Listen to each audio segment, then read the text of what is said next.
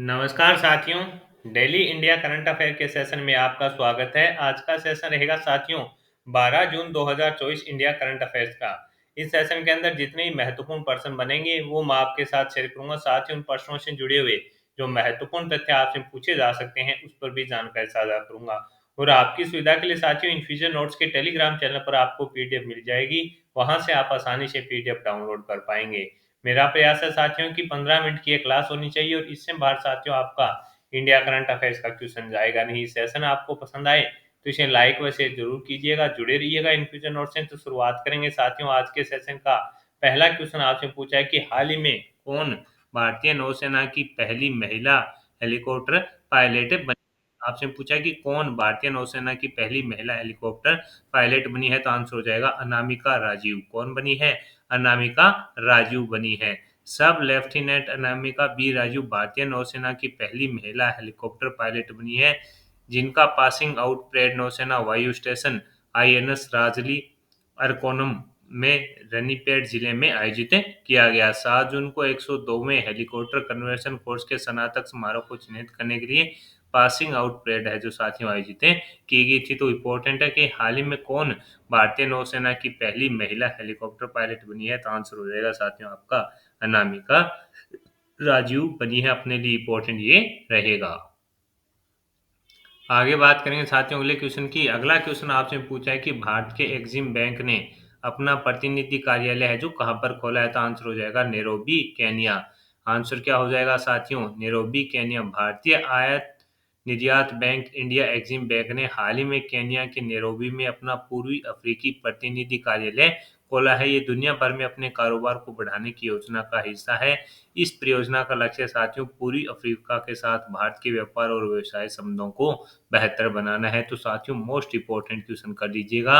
आपसे सीधा का सीधा पूछा जाएगा कि भारत के एक्सिम बैंक ने अपना प्रतिनिधि कार्यालय कहां पर खोला है, तो आपका आंसर हो जाएगा नैरोबी केन्या। भारतीय इसको क्या बोलते हैं साथियों? निर्यात आयात बैंक है जो इंडिया एक्सिम इसको बोला जाता है। केन्या के नैरोबी में अपना पूर्वी अफ्रीकी प्रतिनिधि कार्यालय खोला है। यह दुनिया भर में अपने कारोबार को बढ़ाने की योजना का हिस्सा है। इस योजना का लक्ष्य क्या है साथियों? पूर्वी अफ्रीका के साथ अपने अब पूर्वी अफ्रीका से भारत के व्यापार और व्यवसाय संबंधों को बेहतर बनाना इसका साथियों उद्देश्य है, तो अपने लिए इम्पोर्टेंट है रहेगा। आगे बात करेंगे साथियों अगले क्वेश्चन की। अगला क्वेश्चन आपसे पूछा है कि कौन सा देश प्रवासियों की मदद के लिए गोल्डन वीजा योजना एकजुटता वीजा शुरू की है, तो आंसर हो जाएगा साथियों पुर्तगाल के द्वारा है जो इसकी शुरुआत की गई है। पुर्तगाल ने धनी विदेशियों को स्थानीय लोगों या प्रवासियों के लिए किफायती आवास में निवेश करने की अनुमति देने के लिए एकजुटता वीजा की योजना बनाई है, जो 2012 से 7.3 बिलियन यूरो से अधिक आकर्षित करने वाली गोल्डन वीजा योजना का एक पूरक रूप है। तो इम्पोर्टेंट है कि कौन सा देश साथियों प्रवासियों की मदद के लिए गोल्डन वीजा योजना एकजुटता वीजा शुरू किया है, तो आंसर हो जाएगा पुर्तगाल के द्वारा साथियों इसकी शुरुआत है जो की गई है। ये अपने लिए इम्पोर्टेंट रहेगा। जो 2012 से 7.3 बिलियन यूरो से अधिक आकर्षित करने वाली गोल्डन वीजा जो योजना थी साथियों उसका एक पूरक रूप है जिसको माना जा रहा है। आगे बात करेंगे साथियों अगले क्वेश्चन की। अगला क्वेश्चन आपसे पूछा है कि हाल ही में सिक्किम के नए मुख्यमंत्री कौन बने हैं, तो आंसर हो जाएगा प्रेम सिंह तमांग। सिक्किम में प्रेम सिंह तमांग ने 11 कैबिनेट मंत्रियों के साथ दूसरी बार मुख्यमंत्री पद की शपथ ली है। राज्यपाल कौन है साथियों? लक्ष्मण प्रसाद आचार्य ने श्री तमांग और उनके 11 सदस्यीय मंत्रिपरिषद को पद तथा गोपनीयता की जो शपथ दिलाई है। शपथ लेने वाले कैबिनेट मंत्रियों में सोनम लांबा, अरुण कुमार उप्रेती, समदूप लेपचा, भीम हैंग लिंबू, भोजराज टी पूर्ण कुमार हैं। इसके अंदर पिट्सो नामगायल हैं, नर बहादुर दैल हैं, राजू बासनेट और शेरिंग थेटू भूटिया इसके अंदर शामिल हैं। तो ये याद रखना कि हाल ही में सिक्किम के नए मुख्यमंत्री कौन बने हैं, तो आंसर हो जाएगा प्रेम सिंह है तमांग है जो साथियों सिक्किम के नए मुख्यमंत्री बने हैं। और दूसरी बार शपथ ली है और इनको शपथ किसने दिलाई है, तो राज्यपाल लक्ष्मण प्रसाद आचार्य के द्वारा साथियों इनको शपथें दिलाई गई है। ये भी अपने को याद है रखना है, सीधा का सीधा इम्पोर्टेंट है रहेगा। आरबीआई ने किसकी अध्यक्षता में भुगतान धोखाधड़ी के जोखिमों को कम करने के लिए एक समिति का गठन किया है? मोस्ट इंपोर्टेंट क्वेश्चन है रहेगा कि आरबीआई ने किसकी अध्यक्षता में भुगतान धोखाधड़ी के जोखिमों को कम करने के लिए समिति का गठन किया है। तो एपी होटा, इसको साथियों कई जगह एपी होता भी लिखा आ रहा है, दोनों जो भी आपको सही लगे वो देख लीजिएगा। आरबीआई ने ऑनलाइन भुगतान धोखाधड़ी पर नजर रखने के लिए एक पैनल गठित किया, जिसमें एपी होता समिति के अध्यक्ष होंगे। यानी साथियों जो एपी होता है उनको क्या बनाया गया है साथियों, तो आपका आंसर हो जाएगा साथियों इस समिति का अध्यक्ष है जो एपी होता को बनाया गया है। पैनल की अध्यक्षता अभय होता करेंगे, यानी उनका पूरा नाम अभय होता है, जिन्होंने भारतीय राष्ट्रीय भुगतान निगम एनपीसीआई के पहले मुख्य कार्यकारी अधिकारी के रूप में है भारत को डिजिटल अर्थव्यवस्था में बदलने में महत्वपूर्ण भूमिका निभाई थी। यानी आरबीआई के साथ ही इसके अंदर बताया कि भारतीय राष्ट्रीय भुगतान निगम है उसके पहले मुख्य कार्यकारी अधिकारी के रूप में भारत को डिजिटल अर्थव्यवस्था में बदलने में इन्होंने महत्वपूर्ण भूमिका निभाई थी। किसने, एपी होता ने। और इनको साथियों हाल ही के अंदर आरबीआई ने धोखाधड़ी जोखिमों को कम करने के लिए एक समिति का गठन किया है, उसके अंदर साथियों इनको क्या बनाया गया है, उस समिति का अध्यक्ष बनाया गया। इस समिति के अंदर साथियों जैसे एसबीआई हो गया, इन जो बड़े बैंक हैं उनके जो निर्देशक हैं, यानी जो इनको सुझाव दे सकते हैं, उनको भी है जो साथियों इसके अंदर है जो शामिल किया जाएगा। इस प्रकार की जानकारी निकल कर आ रही है। अगला क्वेश्चन आपसे पूछा है कि हाल ही में किसके द्वारा विद्युत रक्षक एकीकृत जनरेटर प्रणाली लॉन्च की गई है, तो ये इंपॉर्टेंट है रहेगा। मैंने बताया था साथियों भारतीय सेना से संबंधित अगर कोई करंट अफेयर्स का क्वेश्चन बना है तो वो अपने लिए मोस्ट इंपॉर्टेंट है रहेगा। आपसे पूछा है कि हाल ही में किसके द्वारा विद्युत रक्षक एकीकृत जनरेटर प्रणाली लॉन्च की गई, तो आंसर हो जाएगा भारतीय सेना के द्वारा। सेना ने एकीकृत जनरेटर निगरानी संरक्षण और नियंत्रण प्रणाली विद्युत रक्षक को लॉन्च किया।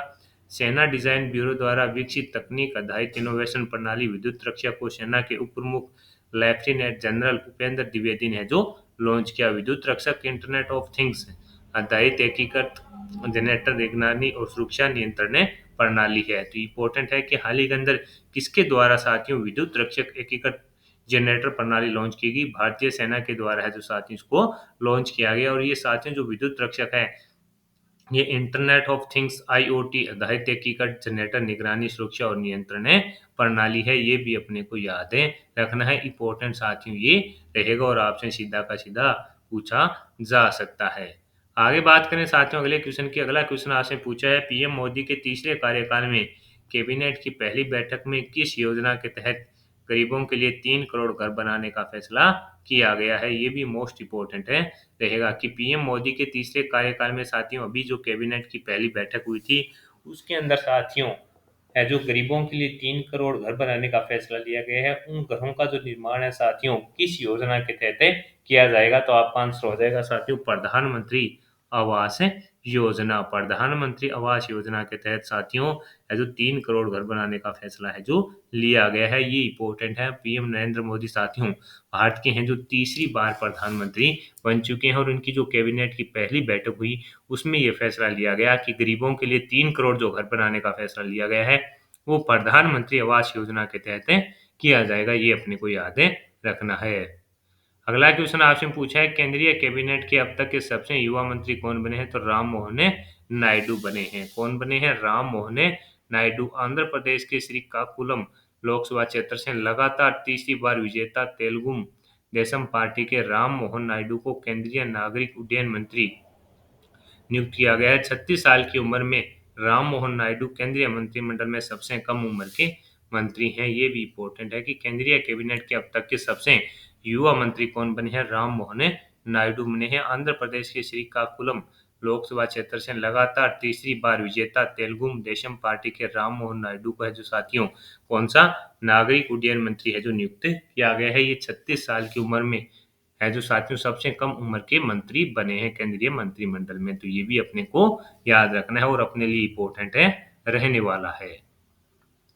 आगे बात करेंगे साथियों अगले क्वेश्चन की कि ग्रामीण विकास विभाग के निर्देशक है जो किसे नियुक्त किया गया, राज प्रिय सिंह को किसे नियुक्त किया गया है जो साथियों आंसर हो जाएगा राज प्रिय सिंह को। भारतीय वन सेवा के 2010 बैच के अधिकारी राज प्रिय सिंह को ग्रामीण विकास मंत्रालय के अंतर्गत ग्रामीण विकास विभाग में निदेशक है जो नियुक्त किया गया है। ये 2010 बैच के अधिकारी है साथियों भारतीय वन सेवा के अंदर, उनको साथियों ग्रामीण विकास विभाग के निर्देशक के रूप में है जो नियुक्त किया गया है। आगे बात करेंगे कि हाल ही में अगला क्वेश्चन आपसे पूछा है कि हाल ही में फोन पे ने किस देश में पिक मी के साथ समझौता किया है? तो आंसर है श्रीलंका। श्रीलंका के प्रमुख राइड हेलिंग प्लेटफॉर्म पिकमी ने है जो साथियों श्रीलंका में भारतीय यात्रियों के लिए यूपीआई आधारित क्यूआर भुगतान सक्षम करने के लिए फोन पे के साथ है जो समझौता किया है। तो ये अपने लिए इम्पोर्टेंट है रहेगा कि हाल ही में फोन पे ने किस देश में पिंक मी के साथ साझेदारी की है? तो श्रीलंका के साथ साथियों ये साझेदारी हुई है, ये अपने को याद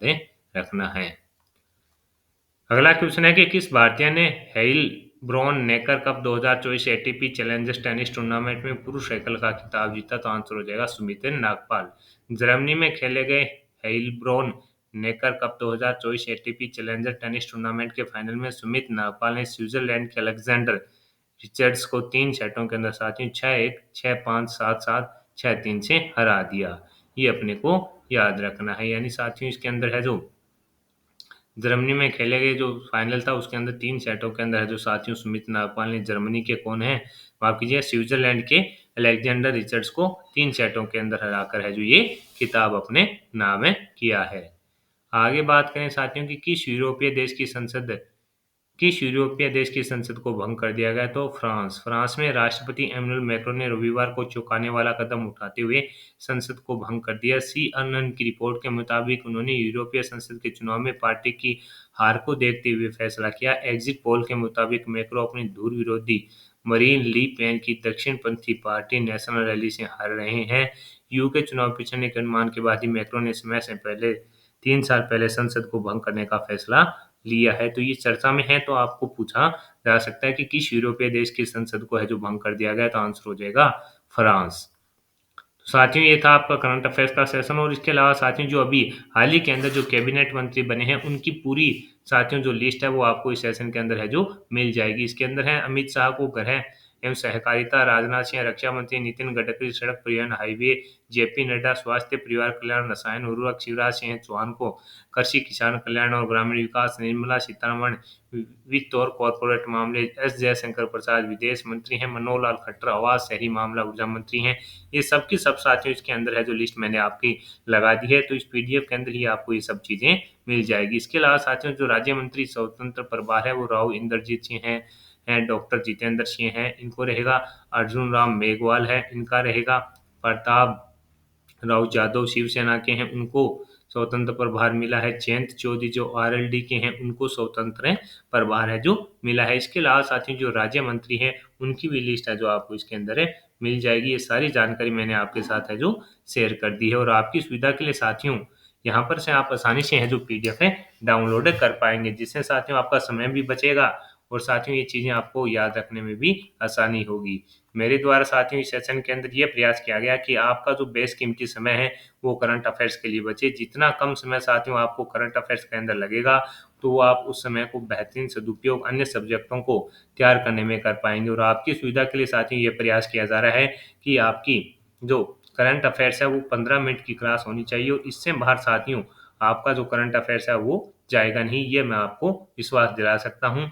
और आपकी सुविधा के लिए साथियों टेलीग्राम चैनल पर डेली आपको पीडीएफ प्रोवाइड करवा दी जाती है। ये प्रयास पसंद आया है तो इसे लाइक व शेयर जरूर कीजिएगा। जुड़े रहिएगा इन्फ्यूजन नोट से। धन्यवाद।